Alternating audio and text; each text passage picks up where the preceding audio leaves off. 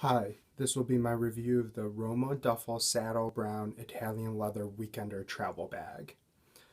I wanted to start off a little bit with just the dimensions. This bag is 13 inches high, 10 inches wide, and 20 inches long.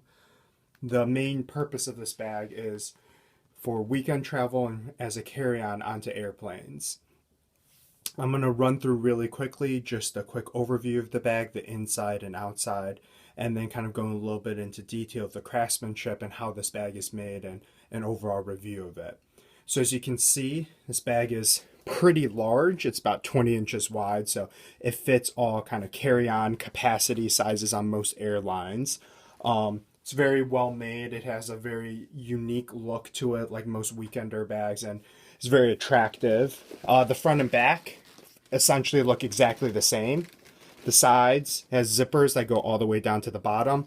It also has a little latch here for you to put on a strap to carry it. The bottom itself has 5 feet that are made of metal that keep the leather from getting scuffed, and it has a separate piece of leather down here that's made a little bit harder and more treated so it doesn't get as scratched up. The strap itself on the top is very well made.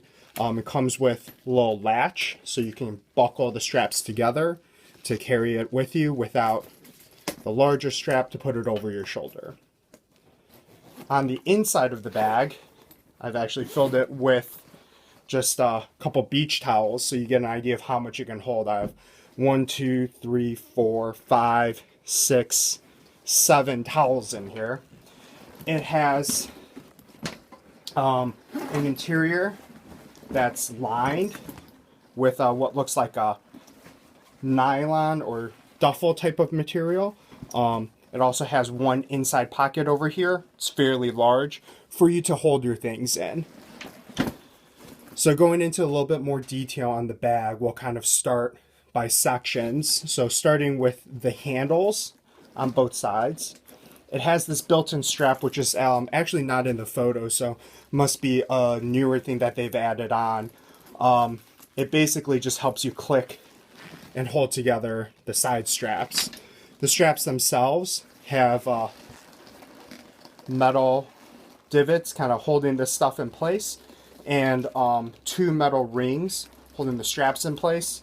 They are also stitched together, as you can see, and not glued, and then stitched onto reinforcement pieces of leather as well. I really like this design. I traveled recently to California with this, and it held up really, really well.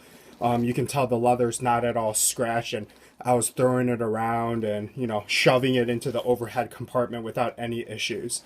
It also seems, I haven't had a lot of time to spend with this bag, but it seems as if having these metal or these leather straps here will just kind of help and reinforce this without you having to strain the underlying leather.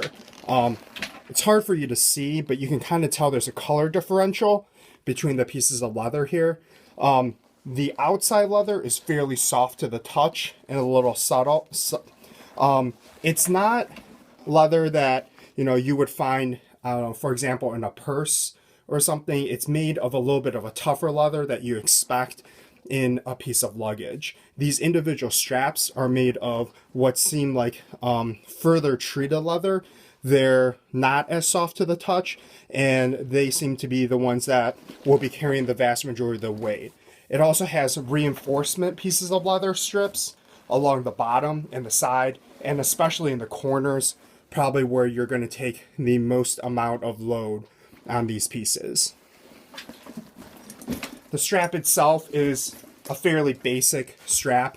It comes with a buckle over here that you can see that you can adjust to different sizes to get it to fit correctly for you.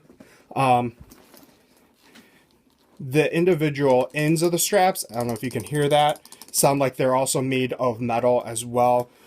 This seems like it's going to last a long time. I don't think it's going to be breaking. This strap will also probably be able to serve you well, in terms of if anything tears, it'll be easy to replace. Even the strap itself has individual metal divots to kind of hold it in place.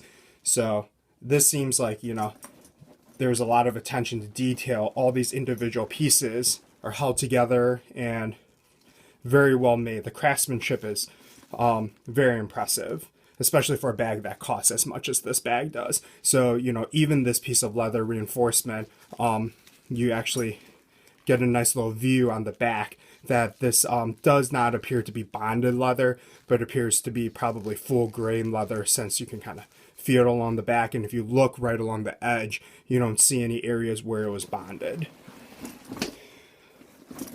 The bottom of the bag itself has 5 metal feet that, when the bag is fully loaded and you put down, these are the contact pieces with the ground.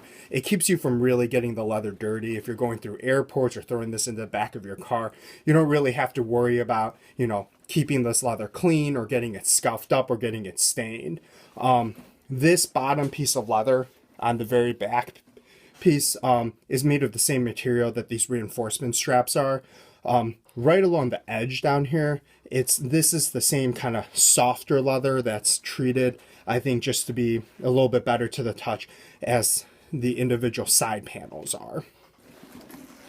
The inside of the bag itself is huge.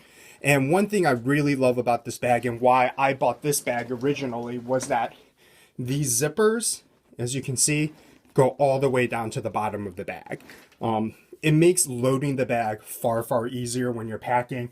You can just start throwing stuff inside without being able to open it up all the way. There's this piece of leather here as well that kind of helps you open it and load it a little bit easier.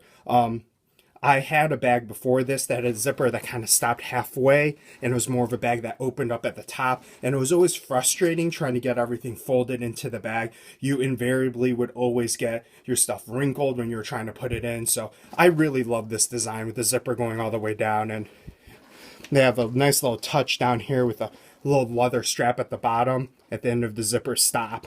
The zipper itself, this appears to all be made of brass.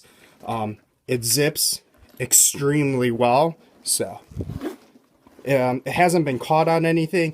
I was a little bit concerned, especially, you know, with the corners up at the top and bottom, but I haven't had any issues with the zipper at all. So it's actually very, very strong. The zipper pull itself is labeled with Floto, so you can tell that this was custom made for the company. This isn't some generic bag that they just threw their name onto. The inside of the bag, I think, is also, you know, very attractive itself. I think a lot of times manufacturers kind of just, on the inside of the bag, don't really put many designs in there. They just kind of, you know, throw whatever the cheapest material they can find is. This I've already traveled with twice, and if you can tell, it looks pretty much pristine on the inside. I actually had my shaving cream explode on the inside of this bag, and I just wiped it off and didn't leave any stains. The material that they make from the inside, it's pretty tough. I can't tell if this is a nylon material or, you know, a duffle. It feels a little bit more like a duffle material than a nylon. It again has the Floto logo on the inside. It has this great pocket over here for you to kind of throw your cell phone chargers and other miscellaneous things. This bag, obviously, being the design that it is and the leather bag that it is, doesn't have compartments on the inside. I know for some people this may be more of a downside. For me, I just kind of like having a big open space for me to pack whatever I need to in here. I've got to say, I've owned other leather travel bags, and this I think is going to be my new go-to bag.